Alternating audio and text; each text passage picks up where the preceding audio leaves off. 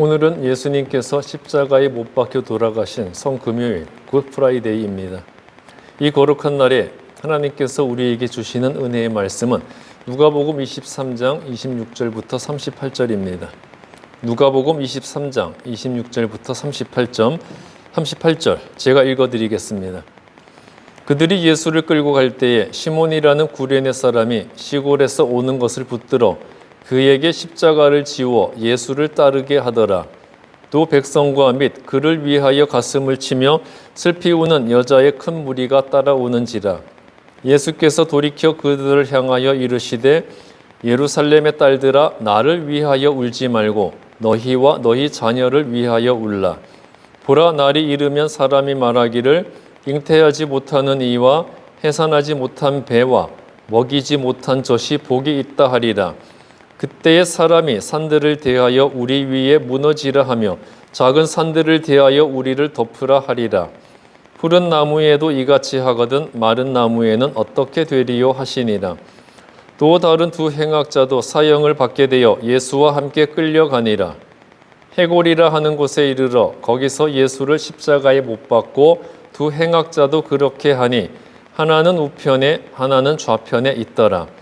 이에 예수께서 이르시되 아버지 저들을 사하여 주옵소서 자기들이 하는 것을 알지 못함이니이다 하시더라. 그들이 그의 옷을 나눠 제비 뽑을세 백성은 서서 구경하는데 관리들은 비웃어 이르되 저가 남을 구원하였으니 만일 하나님이 택하신 자 그리스도이면 자신도 구원할지어다 하고 군인들도 희롱하면서 나와 신포도주를 주며 이르되 내가 만일 유대인의 왕이면 내가 너를 구원하라 하더라. 그의 위에 이는 유대인의 왕이라 쓴 패가 있더라. 기도하겠습니다. 사랑의 주님, 당신이 저희를 위하여 피 흘리고 죽으신 이 거룩한 성금요일 주의 말씀을 듣습니다. 말씀을 듣기 원하오니 주여 말씀하옵소서. 저희가 듣겠습니다. 주의 말씀을 들을 수 있는 귀를 열어주시고 그 말씀을 우리의 마음밭에 새길 수 있는 좋은 마음밭이 되게 하여 주시옵소서.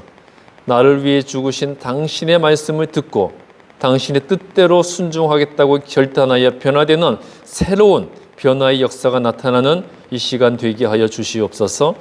예수 그리스도의 이름으로 기도했습니다. 아멘. 오늘은 예수님께서 십자가에 못 박혀 죽으신 성금요일 굿 프라이데이입니다.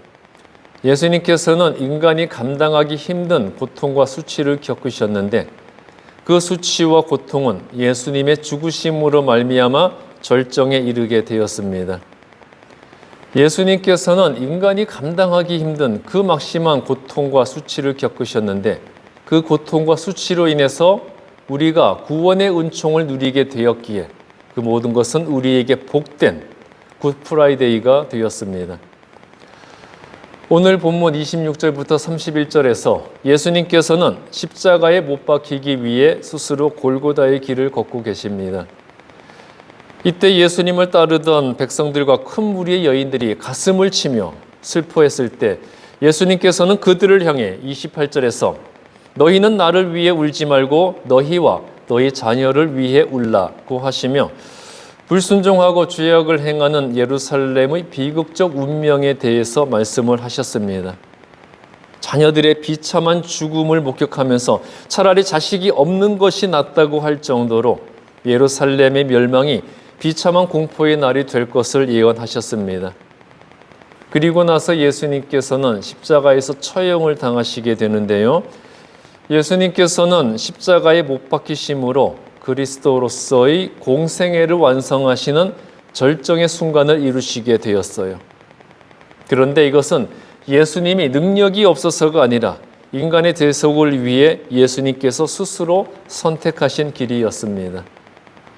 예수님께서는 인류의 죄에 대한 하나님의 저주와 심판을 대신 감당하기 위해 엄청난 고통과 수치를 겪으셔야 했습니다. 사람들은 예수님의 얼굴에 침을 뱉고 그 뺨을 때렸습니다.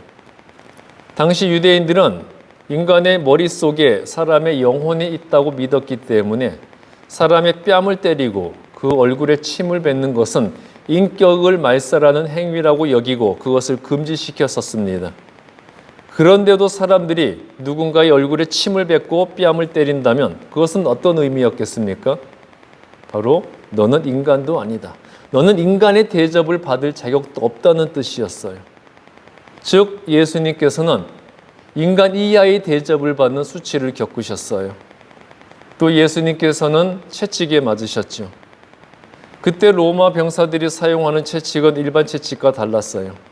채찍의 끝에 쇠 조각들이 달려 있어서 채찍질을 하면 채찍 끝에 달려있는 쇠 조각이 살에 박히고 채찍을 당기면 살에 박혀있던 쇠 조각들이 살을 찢고 살점을 띄어내었습니다. 말 그대로 예수님께서는 살이 찢어지고 살점이 떨어지는 그런 고통을 겪으셨습니다. 또 예수님께서 십자가에 못 박히실 때 두 손과 양발에 맨살에 되못이 박히고 옆구리에 창이 찔리는 그러한 고통을 겪으셔야 했습니다. 이처럼 예수님이 겪으셨던 엄청난 고통과 그 최악의 수치의 크기가 바로 우리 자신의 죄의 크기를 의미하고 있어요. 우리의 죄가 그만큼 크다는 것이죠. 그러므로 십자가에 못 박혀야 할 만큼 내 죄가 크다는 것과 그리고 예수님의 대속을 믿지 않는다면 예수님이 당하셨던 고통을 내가 그대로 겪어야 할 것이라는 것을 우리는 분명히 알아야 되는 거예요. 예수님께서 십자가에 못 박히실 때 33절에서 예수님과 함께 두 명의 행악자가 매달렸는데요. 하나는 예수님의 우편에, 하나는 좌편에 십자가에 못 박히게 되었어요. 두 명의 행악자 중 어느 사람이 예수님께 자기 죄를 고하고 구원을 받았는지 정확하게 알 수는 없지만 성경에서는 오른쪽이 구원받은 자들의 자리이고 왼쪽이 심판받을 자의 자리로 상징되기 때문에 예수님 오른편의 강도가 그 흉악자가 예수님께 자기 죄를 고백하고 구원받은 것으로 여겨지고 있습니다. 예수님의 양쪽에서 십자가에 매달린 두 명의 죄인은요, 예수님에 의해서 모든 사람은 두 종류의 사람으로 구별될 것이라는 것을 암시하고 있습니다. 모든 사람이 누구나 다 죄인이라는 사실은 동일해요. 예수님의 양쪽의 행악자도 다 중죄인이었습니다. 그런데 죄인인 인간이 예수님을 어떻게 대하느냐에 따라 그의 미래, 즉 구원과 심판이 결정되는 거예요. 한 행악자, 한 강도는 예수님을 비방했기 때문에 심판을 받게 되고 나머지 한 강도는 자신의 죄를 인정하고 예수님께 구원을 간구함으로써 구원을 받게 되었습니다.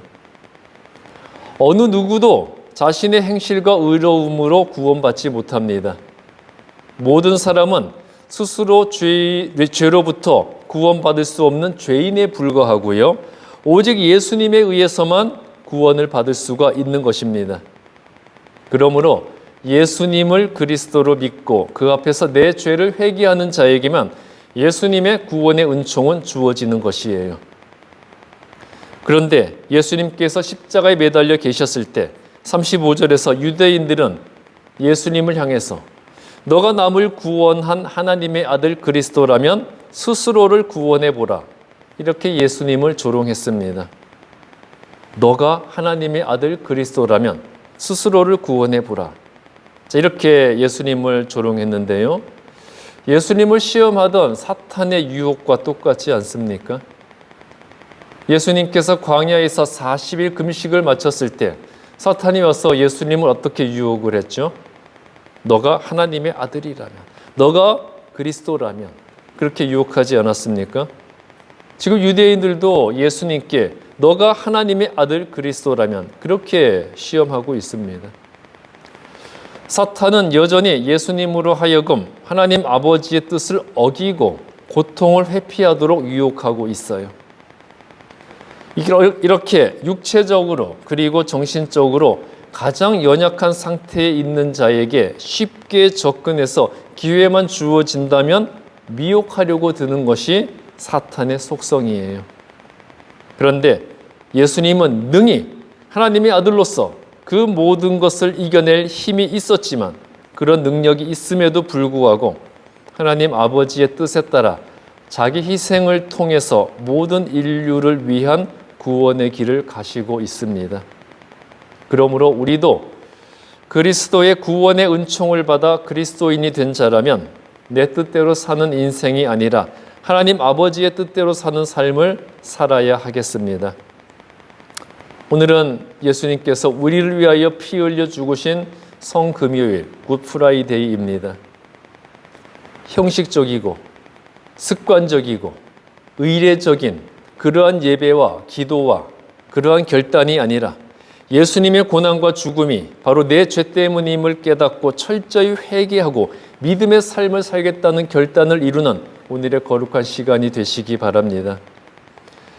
예수님을 믿는 사람으로서 예수님처럼 의롭고 거룩한 삶을 사는 그리스도인이 되어서 예수님의 죽음이 나를 위한 대속의 죽음이 되고 예수님의 부활이 나를 위한 능력과 권세가 되는 거룩한 성도들이 되시기를 주님의 이름으로 축복합니다.